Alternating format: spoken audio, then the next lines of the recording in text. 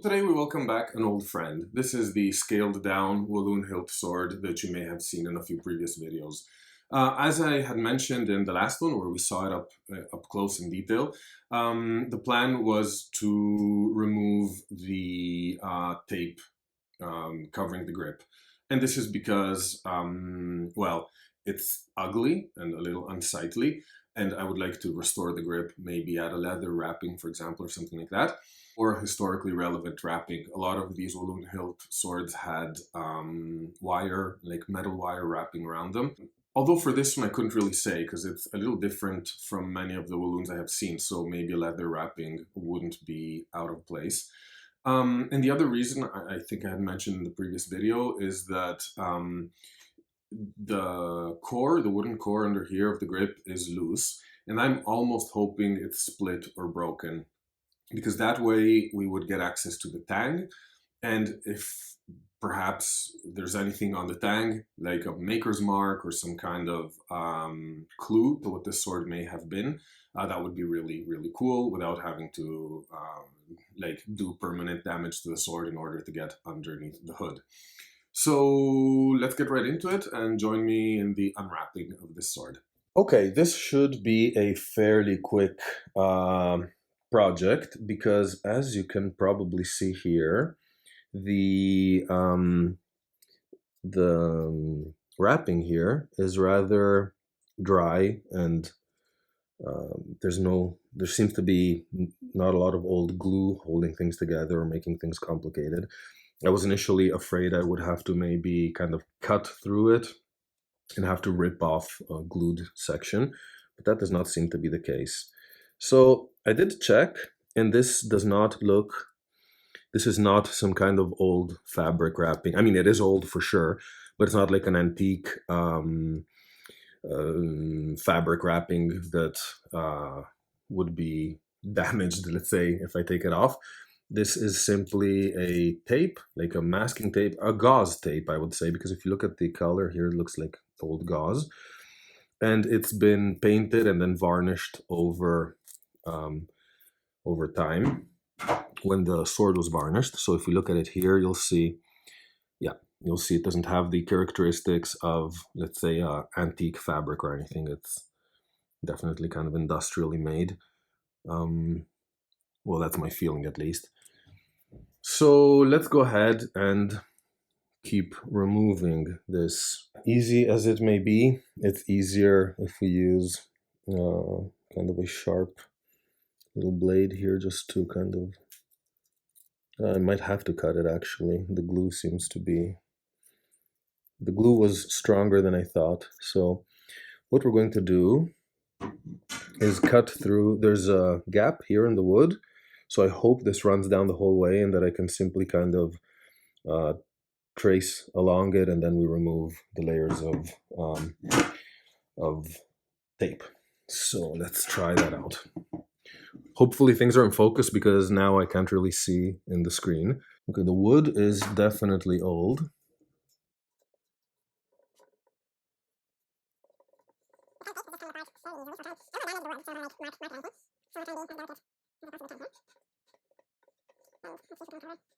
This is a longer process than I thought it would be, so I'll be filming it, at least for a bit, and we'll see then in editing if it makes sense to leave it in or if I'll just skip through it.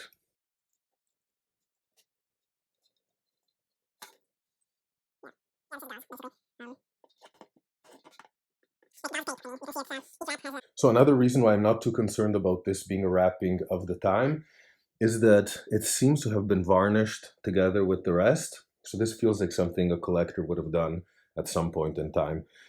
I doubt a user, an active user of the sword would have had it varnished before going into battle. It looks like this crack here may be the biggest, and perhaps if we can actually get through the crack, we can maybe remove or see what's up with the grip without having to kind of clean up the whole wooden piece, at least right away. The wood here seems It's in okay shape, although it is kind of breaking off, so I need to be very, very careful here.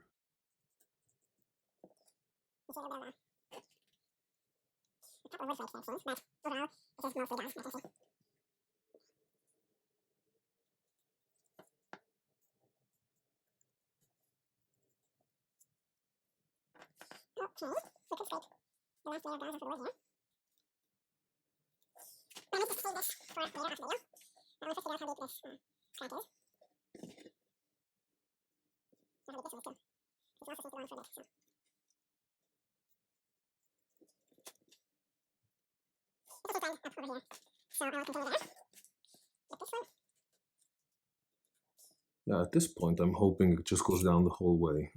Would be almost disappointed if the crack went halfway down the tang and we see it there and then can't access it, especially given its condition. So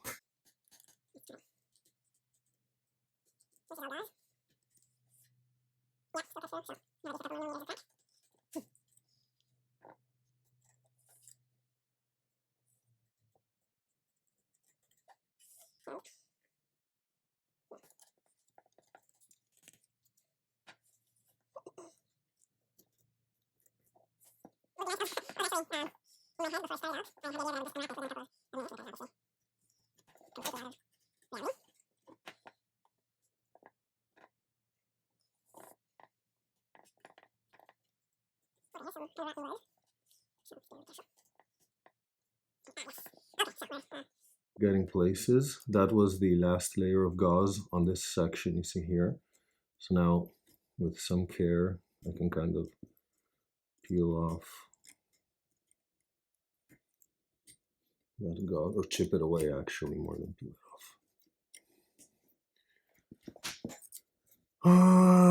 Okay, let's see what's up here.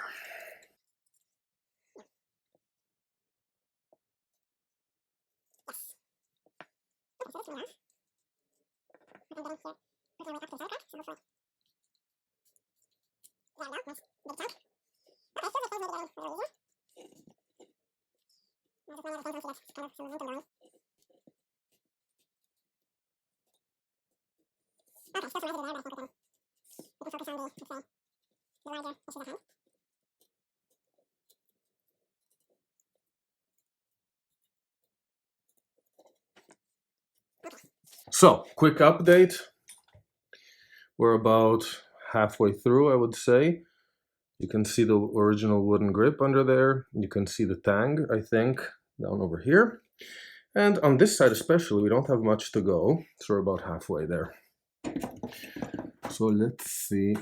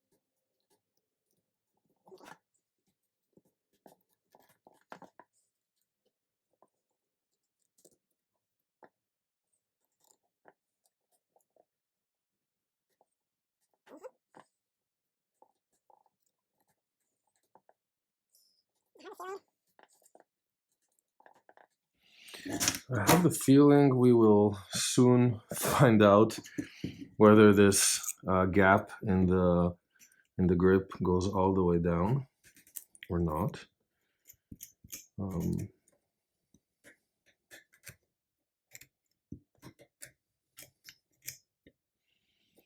In any case, we'll be adding oil, so even if this gap doesn't continue and we can't remove the whole grip, I'll be leaking some oil there into the gap so that something can be, a minimum can be done to protect that metal. Even though the best thing, of course, would be to be able to remove the whole grip and then kind of clean off all of that active rust.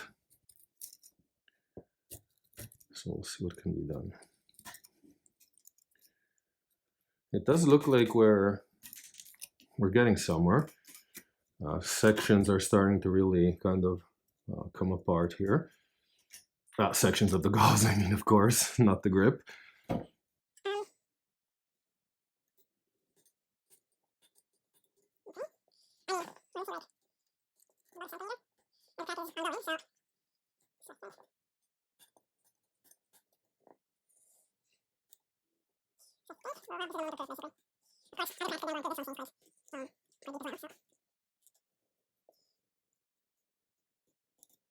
I have to say, I always get a little bit paranoid then when doing these kinds of projects because they initially make a lot of sense, and then I start thinking, oh my god, what if I'm making a mistake or something like that? This shouldn't be the case, and I've thought this through as much as I could, so I don't feel like I'm doing anything irreparable, but it's always good not to have too many certainties with these things. I feel like it's a healthy mindset. Okay. We're almost at the bottom of things. So,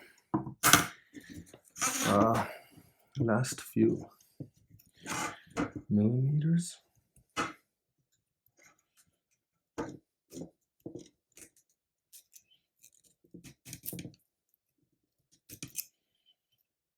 Okay, so far so good. Yes, yes, yes. Okay, this part is coming apart easily. Oh no! Oh shit. Yeah, it's cracked. It looks like the grip is cracked. I'm not sure whether I may have cracked this last. Oh no, wait. There's still a layer. No, this crack was already existing. Look, we can remove the grip here. Sorry, the gauze. I heard a crack and I thought, because I thought I had already removed the last layer of gauze and I was looking at the wood, and then I heard a little crack sound, but there was still one layer of gauze covering the old crack. So I feel I had a moment of internal turmoil. But no, this crack has been there for a while, you can see. So, okay, so now the other hope is that this part here is broken as well, completely cracked, because that way we can simply unsandwich the grip. And so we'll soon find out. Let's see where it's easiest to proceed, because here things seem to be coming apart really. Yes, so I think this is going to be there.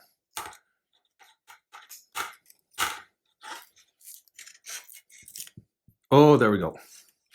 So the grip came apart. Yes, it had two cracks on both sides. So I think we can carefully remove this bit of wood.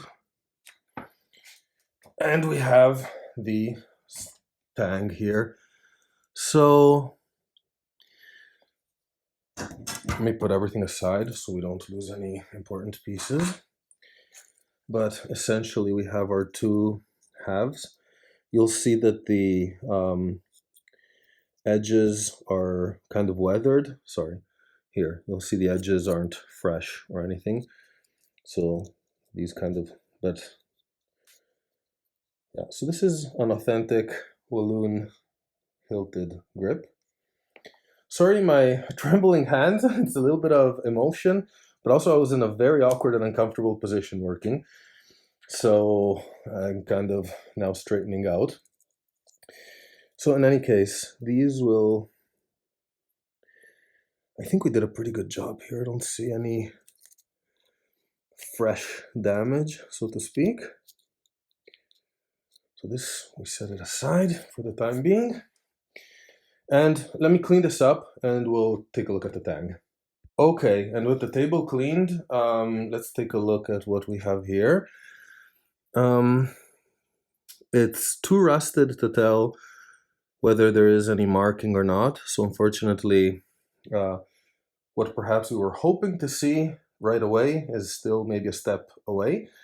But in the next video, because today I'm exhausted now, in a upcoming video, we're going to clean the tang, make sure there's no active rust, and then think about how to set the old grip wood back on it, and either close it that way just with some kind of transparent adhesive so you can actually see the old wood, which could be pretty cool, or maybe develop a new grip for it. So in any case, I hope you enjoyed this video. Leave any feedback, comments, or questions, and I'll see you in the next sword video. Bye.